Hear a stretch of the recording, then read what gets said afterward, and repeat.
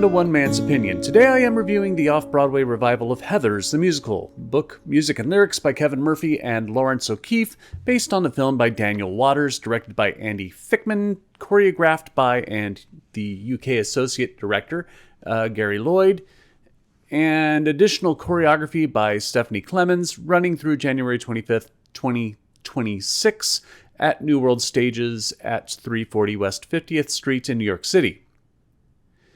If you haven't visited my Patreon page yet, then what's your damage?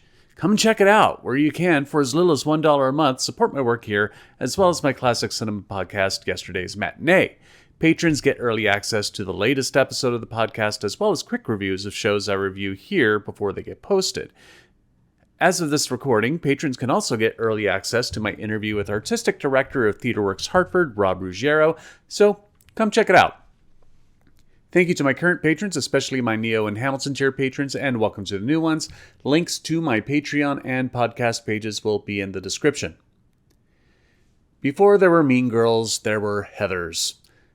No, I'm not talking about the musicals, though in this case that would be true as well. I'm talking about the 1989 film starring Winona Ryder and Christian Slater. The film has become a cult classic and is a far darker film than its younger cousin. There were other films in the genre, like the less successful Jawbreaker or Drop Dead Gorgeous, but Heathers stands out as a genuinely smart, dark comedy with a satirical examination of cliques and the social order of high school life. The thing to remember was that Heathers came out pre-Columbine, and I think for sensitivity's sake, the films released after the tragedy in 1999 have not borne their teeth the way Heathers did. For me, the biggest concern going to see the musical was that it didn't veer away from the honesty behind the satire of the film. Thankfully, the musical stays pretty faithful, never glorifying the genuinely awful human beings that occupy Westerberg High School. The musical follows Veronica Sawyer, played by Lorna Courtney, who longs to escape the ire and mockery of being unremarkable in a school that is dominated by the Heathers. Heather Chandler, played by Mackenzie Kurtz, Heather Duke, played by Olivia Hardy, and Heather McNamara, played by Elizabeth Teeter. The privileged three dominate and dictate everything around them, from the jocks Ram Sweeney, played by Xavier McKinnon, and Kurt Kelly, played by Cade Ostermeyer, to the school staff, including Ms. Fleming, played by Carrie Butler, and Principal Gowan, played by Cameron Loyal. Veronica uses her exceptional forgery skills to get into the Heathers' good graces, and then meets Jason J.D. Dean, played by Casey Likes, J.D., with strong sociopathic tendencies. Veronica's infatuation with J.D. unwittingly gets her caught up in a series of murders as he exacts his view of justice against the privileged class who have domineered over everyone else. There's a fine line that Heathers must walk.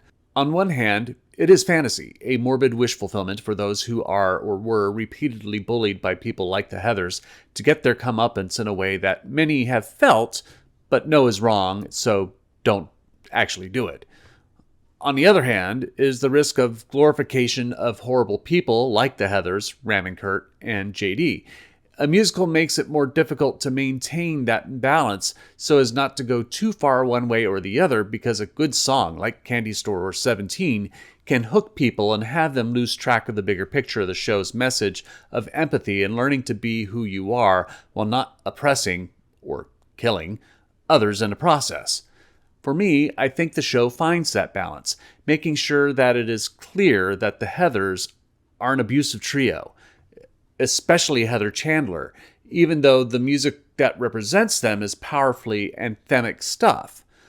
Also, it makes sure that Veronica is a lost girl who is being drawn toward the seduction of apathy and cynicism through J.D. It makes sure the darker tones of the score grow as the show moves forward. All that being said, there were a lot of adolescents and young adults who were in attendance and in vocal adoration of the show, and was one of the, if not the loudest audience I've ever sat in for a theatrical show. They loved it, which is great. I love that the show is a hit, but being that the core audience is as young as it is, I encourage parents whose children are seeing this show to talk to them about it and see what they like about it, why they like it, and help them along through the themes of the show if their answers are in some way not reflecting the show's intentions and unnecessarily glorifying JD or the Heathers. The performances are mostly exceptional. Lorna Courtney is excellent as Veronica, with enough of that frustration that a teenager can have with their lack of social acceptance without making her more abhorrent actions make us totally turn on her. Aaron Morton plays Veronica's friend, Martha Dunstock, with a terribly naive and pitiable sweetness, which I thought was well done. And Mackenzie Kurtz is brutally toxic, even from the grave, as the acidic Heather Chandler. Heather's ghost haunts Veronica through the rest of the show, a narrative element staged nicely by Andy Fickman, making her constantly in Veronica's ear. Though I really liked him as Marty McFly in Back to the Future, Casey Likes is kind of the weak spot in the cast. Though he exudes the appropriate sociopathic qualities for JD, I found that there was not enough seductive charm to make me believe that Veronica would want to maintain a relationship with him. David Shields' set design is practical enough with the school hallway setting that opens and closes to present various secondary set locations, but his costume design is great. It amplifies every position of every character on the social ladder of the school, from the confident colors of the Heathers to the black tones of JD to the muted faded pink of Martha. Ben Cracknell's lighting also help exaggerate those thematic tones. Heathers is a really good show. Aside from the performance and direction of Casey Likes, the cast is great and the design is excellent. The musical stays true to the film without letting the score run away with the characters. I do recommend that if you are bringing younger people to see the show, especially those who are under 16, that you talk to them about the show and gauge their reaction to it. This is a hard Gen X show, the movie and the musical, and we are, us Gen Xers, at times, a pretty cynical group of people, and many of our stories have dark themes that are important to address, but can be misinterpreted if not properly experienced.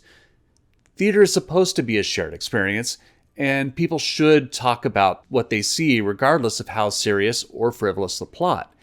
So you should be doing that anyway, but I highly encourage you all to do so with this show in particular. But I am only one man's opinion, so be sure to leave yours in the comments below. If you'd like to see Heathers the Musical, I'll leave a link in the description where you can get tickets. Also in the description will be links to my Patreon and podcast pages, and my social media handles where you can follow me and support my work. You can also support me by liking and sharing this video, subscribing to the channel, and clicking the notification bell to be alerted to future reviews. My next review will be the off-Broadway production of The Weir. Thank you for watching, and I will see you at the theater.